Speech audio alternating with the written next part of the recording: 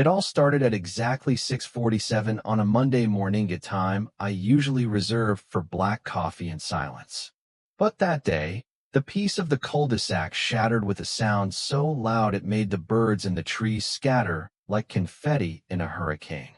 A candy apple red Lamborghini Aventador came screaming to a stop right across my driveway gate, exhaust still popping like it had something to prove. I was standing at my bedroom window, toothbrush hanging from my mouth, trying to process what I was seeing. Then she stepped out. Platinum blonde ponytail, reflective sunglasses, designer yoga outfit, and a hot pink windbreaker that screamed, "I'm in charge and I know it." She didn't even glance at my gate. Instead, she unrolled a yoga mat on my side of the sidewalk, pulled out her phone, and with the enthusiasm of a self-help guru, chirped, "Welcome back to Mindset with Crystal.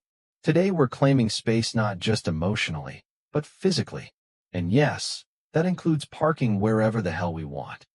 I choked on my toothpaste. My name's Owen, and I'm a quiet guy. Former military engineer, now freelance robotics consultant.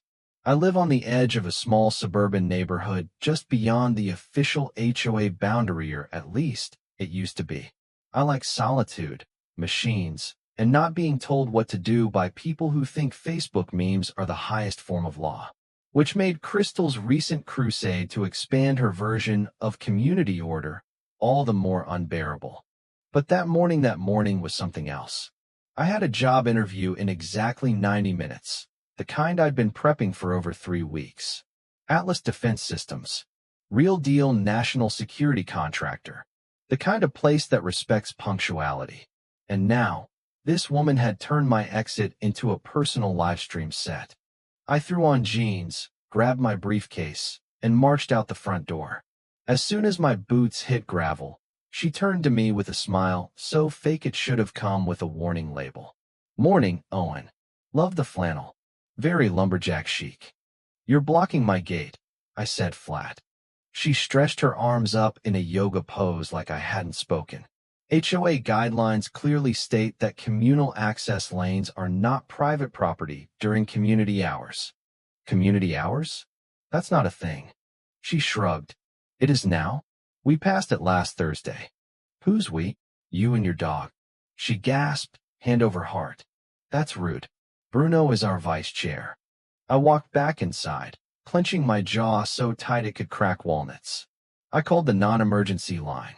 The dispatcher told me that because I technically lived on the edge of the HOA zone and the car wasn't abandoned, it could take hours for them to respond. Hours. And that's when I looked at the barn. It wasn't just any barn. It was my sanctuary, where I kept my collection of restored military equipment, including one fully operational, street-legalized, I checked M60 patent tank. A relic from a different time. A project I'd spent years on.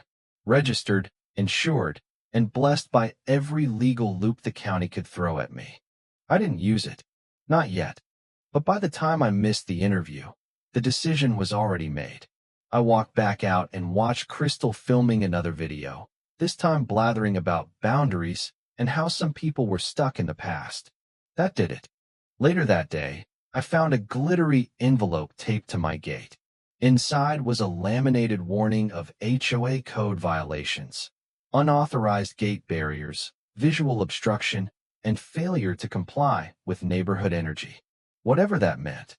Signed in purple gel pen, with a heart over the I in crystal. I did some digging. Turns out she'd submitted a fraudulent amendment to the county officia hand-drawn map with my house suddenly included in the HOA boundary. No vote. No consent. Just a red line around my property like she'd spilled wine on a blueprint. I drove to the county building the next morning. The clerk raised an eyebrow when she saw the map. Fast-tracked with a sticky note? That's unusual. Unusual didn't cover it. Crystal wasn't just overreaching. She was weaponizing community guidelines, turning bylaws into barbed wire. So I flipped the script. I started by rolling the tank out of the barn. Not as a threat, as a statement. I posted online about its historical value, invited veterans for photo ops, even let local shop class kids learn from its design. If she wanted to paint me as a villain, I'd become the folk hero with armor. That week, she tried to host a driveway yoga event titled Inner Peace Among Iron Giants. She set up a whole stage, used HOA funds for sound equipment and inflatable flamingos, and plastered my barn all over Instagram. I waited until her mic was hot, then turned the tank on. The roar shattered her serenity speech and sent half her followers running. She tried to tow it, called a truck and everything, claimed it was a code violation. I stepped outside, filming, and said, "Say that again, please." She backed off, but I noticed the keys in her hand. Later that night, I found security footage of her trying to find the tank's ignition compartment. Trespassing. Documented. Reported. Then came the letter. A petition, signed by 30 neighbors. Delivered by Evelyn, a quiet older woman who said her late husband worked on tanks in Vietnam. She smiled, handed me a basket with a toy Lambo and a plastic tank, and said, "Next time, just run it over." Crystal had pushed too far. The HOA held an emergency meeting. She showed up dressed in white, flanked by clipboard lackeys. Gave a speech about peace and unity. But when I showed up, standing silently at the back, and my friend Carlos drove the tank down the street with a banner that read, "Fully legal historical artifact," the crowd turned. People laughed, applauded, took photos. One woman even shouted, "We want peace, not power." And then a county official stepped forward. Calm, direct, devastating. She announced that Crystal was suspended pending investigation. Every one of her amendments nullified. Her authority gone. Crystal didn't scream, didn't cry, just turned and walked away, heels clicking like a retreating soldier. And me? I didn't gloat. I just walked up to the mic and said, "I never wanted a fight. I just wanted my driveway back." That was enough. In the weeks that followed, I got an offer from Atlas Defense. Anyway, turns out the hiring manager had seen the article and the tank. Said if I could survive a suburban war zone, I could handle anything. I started hosting weekend workshops for teens interested in engineering. And the tank? It stayed parked by the barn, quiet, polished, proud. I never did drive it over that Lambo. Because sometimes, the threat of power is more effective than the use of it.